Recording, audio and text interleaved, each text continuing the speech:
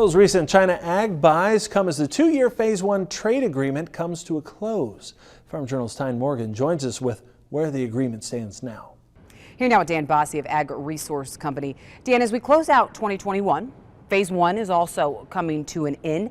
You know, when you look back at the past 2 years, what grade would you give to China's performance when it comes to the Phase 1 trade agreement? Probably a C-, like I would give them to a lot of their trade agreements. If we go back to the WTO, China also doesn't get high marks. So China buys what China needs, and they just didn't live up to their Phase 1 agreement, at least as it sits today. Yeah, so I mean, we're not even talking about Phase 2. Do you think there is a potential for a Phase 2 agreement, or not at this point? Phase 2 calls for China getting rid of state subsidies. I don't think that's happening any year soon. However, I do believe China wants to have tariffs reduced, and there are discussions where we may reduce tariffs, which would help inflation, but at the same time maybe extend for another year or two the Phase 1 agreement as it sits today. So which commodity do you think has the biggest room for growth right now when it comes to demand into China?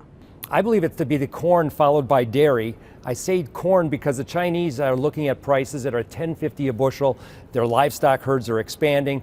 We believe anyway that quality is suffering. Last year they sold 47 million metric tons of wheat. That's not available for feed this year. So we think corn has the most upside, but dairy's a real up and comer as the Chinese are getting an appetite for our dairy products. All right, Dan, thank you so much. Let's take a break and then we'll have much more right here on Ag Day. Ag Day is brought to you by Micro Essentials, a performance fertilizer that can help you reap sizable returns. Text YIELDS, YIELDS, to 31313 to download our white paper on maximizing profits.